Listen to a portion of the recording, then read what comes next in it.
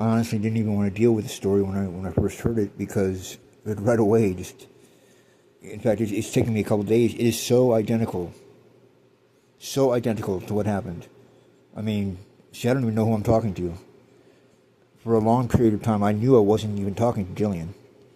And if this is someone who doesn't know who I am, the whole nature of our friendship was revolving around a scenario like this being feared by her, put it that way. That's why, she never said it exactly that way, but that's why she came to live with me.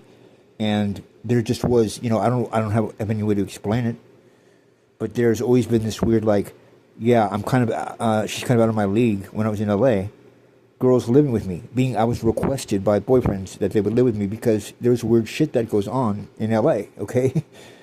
And that's why I bring up, I'm not bragging when I say that I had to escort home girls that were in the adult film industry. It was just an unspoken thing that people knew about. I had women that I didn't even know come to me and approach me because someone told them I was someone that they would want to talk to and hang out with if they felt threatened about things that you can't really put your finger on but are controlling over women. And I have been totally 100% under the impression, why do you think that I'm talking to this girl? For 8 years, there's been nothing that's ever occurred between us. If anything, I have sort of rejected that kind of scenario when we lived together, pushed it away. And also, the main thing was I was attacked, and so was my mother. My mother's dead.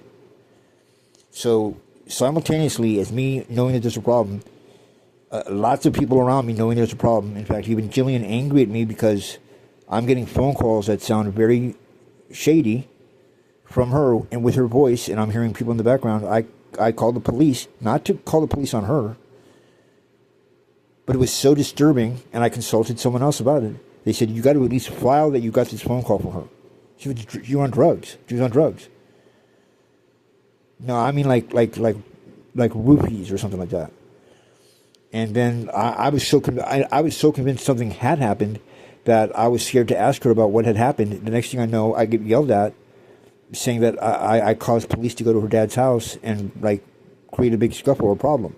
Something was going on, and the more I brought it up, the more she started flipping, in the sense of I was like, I didn't know who I was talking to, because these were topics that weren't even taboo a month earlier or a year earlier, and now I'm getting this kind of I'm scared to talk about things like that where they were talked about all the time since I've known her.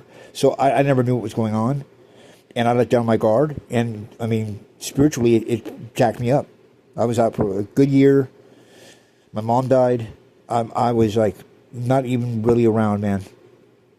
I mean, like I said, you want to talk about crazy? At that point, I did not trust myself. I didn't trust anything. And to this day, I don't trust any phone calls. I'm still totally PTSD'd. And I mean legitimately PTSD'd from the events that happened. There were supernatural events. I mean, people are dead that are specifically connected to knowing about what was going on. There are people that know about what was going on, and as soon as they saw it, they knew what was going on, and they said, get the fuck out of the way. And I made a promise to Jillian, and I mean, I don't think a few phone calls or texts in trying to see if she, until the day I die, until I know for sure. Not because I got so many fake images put on my screen. I mean, my shit was hacked. At the time, I was crazy. Everyone was saying, you didn't get hacked. No one called you using my voice. Now that stuff's everyday stuff. This is in 2016.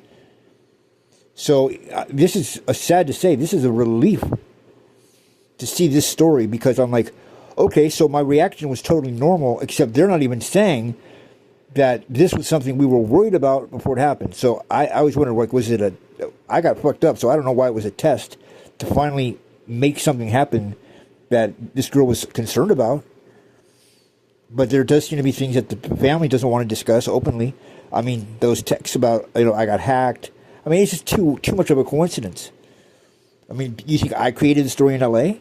You know what I mean? Clearly what's going on in L.A., I mean, it's like almost duplicate exact. Except I don't know the girl in L.A., and the girl in L.A. never told me, about her worries and concerns. It's the only reason we spoke. And yeah, I was in the shadows, because people were like, why are you texting after midnight? we tended to have our conversations all night long. Like when it's dark out and you can't sleep, many of our conversations were about how we were up all night and we couldn't sleep. Because that's, I'm sure, when she was concerned. When she moved in with me, I was told by another friend, go to sleep downstairs with her. Remember that?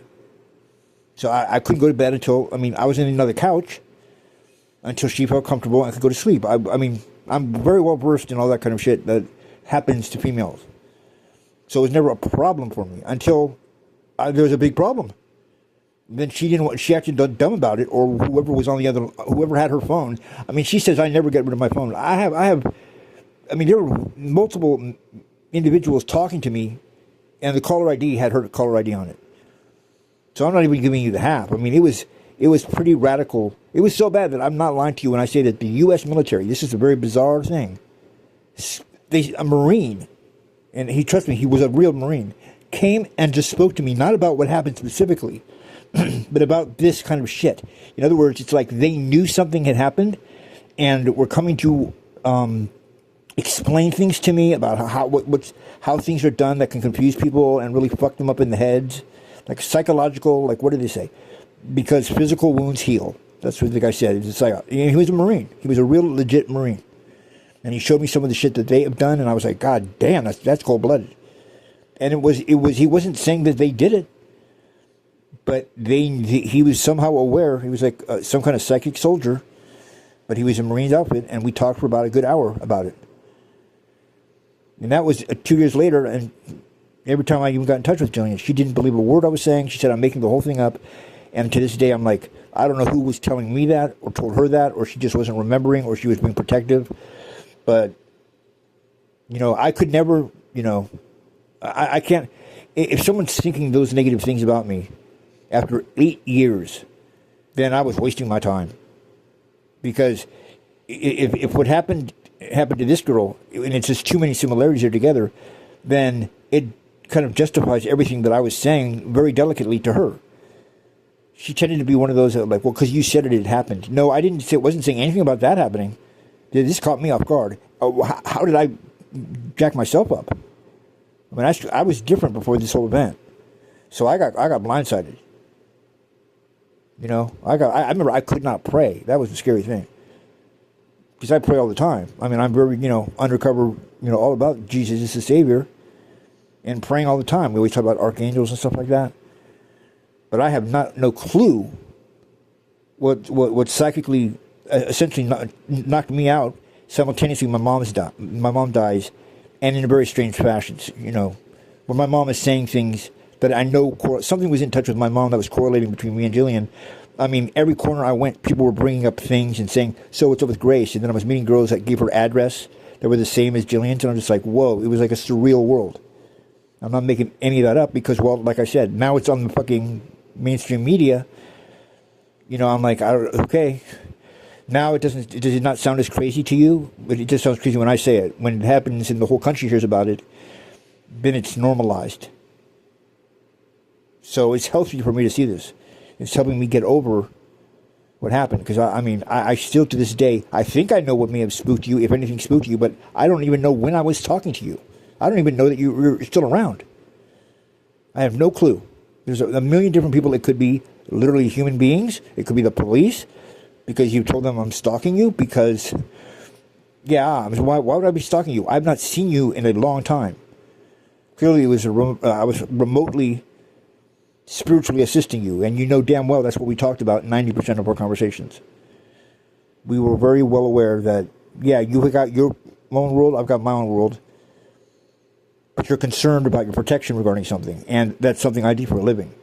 I don't announce it because they'll put me in an insane asylum, but she recognized that, and then something happened, so then something recognized that, so enough said.